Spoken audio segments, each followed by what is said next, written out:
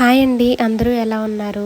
ఈరోజు ఒక మంచి కథను మీకు చెప్తాను. దానికంటే ముందు కోడిగుడ్లు టొమాటో కర్రీని టేస్టీగా ఎలా చేసుకోవాలో చూసేద్దాం.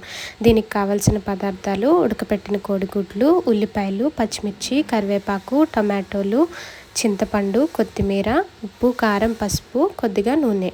అయితే ముందుగా ఒక పాత్ర తీసుకొని అందులో కొద్దిగా ఆయిల్ వేసుకొని, అందులో ఉప్పు, పసుపు వేసుకొని, అందులో కోడిగుడ్లు వేసుకొని బాగా ఫ్రై చేసుకొని పక్కన పెట్టుకోవాలి. అదే పాత్రలో మళ్ళీ కొద్దిగా ఆయిల్ వేసుకొని ఉల్లిపాయలు, పచ్చిమిర్చి, కరివేపాకు వేసి అందులో కొద్దిగా ఉప్పు, పసుపు వేసి బాగా వేయించుకున్న తర్వాత టొమాటో ముక్కలు కూడా అందులో వేసి బాగా మగ్గనిచ్చుకోవాలి. బాగా మగ్గిన తర్వాత కొద్దిగా కారం వేసి బాగా వేయించుకొని తర్వాత చింతపండు పులుపు అందులో వేసుకొని కొద్దిగా వాటర్ పోసి బాగా ఉడకనివ్వాలి. అది బాగా ఉడికిన తర్వాత మనం ఏవైతే కోడిగుడ్లను పక్కన పెట్టుకున్నామో అవి 2 ముక్కలుగా కట్ చేసుకొని అందులో వేసేసుకోవాలి. ఇలా చేయడం వల్ల కోడిగుడ్లకి బాగా ఉప్పు, కారం పడుతుంది. టేస్ట్ అయితే చాలా బాగుంటుంది. స్టవ్ ఆఫ్ చేసుకుని 5 నిమిషాల ముందు కొత్తిమీర వేసుకొని మరి కాసేపు ఉంచి తర్వాత స్టవ్ ఆఫ్ చేసేసుకోవడమే. అంతేనండి, టేస్టీగా కోడిగుడ్లు టొమాటో కర్రీ అయితే రెడీ అయిపోయింది. ఈరోజు మన కథ వచ్చేసి ఒక అన్నదమ్ముల గురించి అండి. అయితే అనగనగా ఒక గ్రామంలో రామలక్ష్మణులని 2 అన్నదమ్ములు ఉండేవారు. వాళ్ళు చిన్నప్పుడే వాళ్ళ తల్లిదండ్రులు ఇద్దరు చనిపోవడంతో ఒకరి పట్ల ఒకరు ఎంతో ప్రేమతో, గౌరవంతో వాళ్ళిద్దరూ పెరిగారు. అయితే కొంతకాలానికి వాళ్ళిద్దరికీ పెళ్ళిళ్ళు అవుతాయి. వాళ్ళిద్దరూ ఎప్పుడూ ప్రేమగానే ఉండేవారు, కానీ వాళ్ళ భార్యలు మాత్రం తరచూ గొడవ పడుతూ ఉండేవారు అనమాట. అయితే వాళ్ళకి వాళ్ళ తల్లిదండ్రుల నుంచి 10 ఎకరాలు అయితే ఆస్తి వచ్చిందండి. అది వాళ్ళిద్దరూ చెరో 5 ఎకరాలుగా విభజించుకొని ఇద్దరు విడిపోవడం అనేది జరుగుతుందనమాట. అది వాళ్ళకి ఇష్టం లేకపోయినా భార్యల కోసం విడిపోవాల్సి వస్తుంది. అయితే లక్ష్మణుడికి పిల్లలు లేరు, రాముడికి మాత్రం 2 పిల్లలు. లక్ష్మణుడు తన ధాన్యం రాశిలో నుంచి కొంత ధాన్యం తీసి వాళ్ళ అన్నయ్య దానిలో కలిపేస్తూ ఉండేవాడు అనమాట.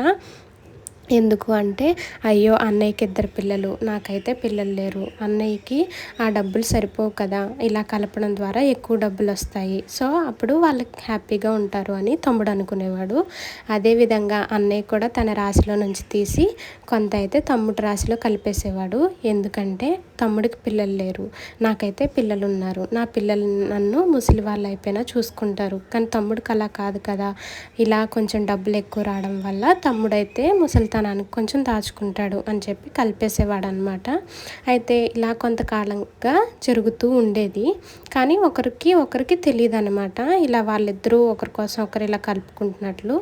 ఒకసారి ఇద్దరు తన రాశిలో నుంచి మరొకరి దానిలో కలుపుదామని చెప్పి ధాన్యం తెస్తూ ఉండగా ఎదురుపడతారు. అప్పుడు ఏంటి అని చెప్పి ఆరా తీయగా ఒకరికొకరు జరిగిందంతా చెప్పుకుంటారు. అప్పుడు వాళ్ళిద్దరు అన్నదమ్ములు చాలా సంతోషంగా ఫీల్ అవుతారు. ఈ విషయం గ్రామంలో ఉన్న గ్రామస్తులందరికీ తెలుస్తుంది. అందరూ చాలా ఆనందపడి వాళ్ళిద్దరికీ కలిపి సన్మానం చేస్తారనమాట. అప్పుడు గ్రామస్తులందరికీ చెప్తారు, ఆ ప్రతి ఇంట్లో అన్నదమ్ములు ఇంతే ప్రేమగా, గౌరవంగా ఉండాలి అని చెప్పి వాళ్ళిద్దరిని ఆదర్శంగా చూపిస్తారనమాట. ఆ సన్మానంలో పాల్గొన్న వాళ్ళిద్దరు భార్యలు వాళ్ళిద్దరిని చూసుకొని సిగ్గుగా ఫీల్ అవుతారనమాట. ఇంకెప్పుడు ఇలా చేయకూడదు, ఊరంతా మన భర్తల్ని అభిమానిస్తుంటే మనం మాత్రం గొడవ పడుతున్నాం, ఇంకా ఇలా ఉండకూడదు, మనం కూడా మంచిగా ఉండాలి అని అనుకొని అప్పటి నుంచి అందరూ కలిసిమెలిసి చాలా సంతోషంగా ఉంటారండి. దీన్ని బట్టి మీకేం అర్థమైంది? మనకి ఎలాంటి పరిస్థితులు ఎదురైనా సరే మన పుట్టుకతో వచ్చిన బంధాలని ఎప్పుడూ అగౌరవించకూడదు అనమాట. వాటి పట్ల మనం ఎప్పుడు గౌరవంగానే ఉండాలండి, చాలా సంతోషంగా కూడా ఉండాలి. అంతేనండి ఈ స్టోరీ. నా స్టోరీ నీకు నచ్చిందా? నా కోడిగుడ్ల కర్రీ కూడా మీకు నచ్చితే ఒక లైక్ చేయండి. ఓకే అండి, ఉంటాను మరి. బాయ్ అండి.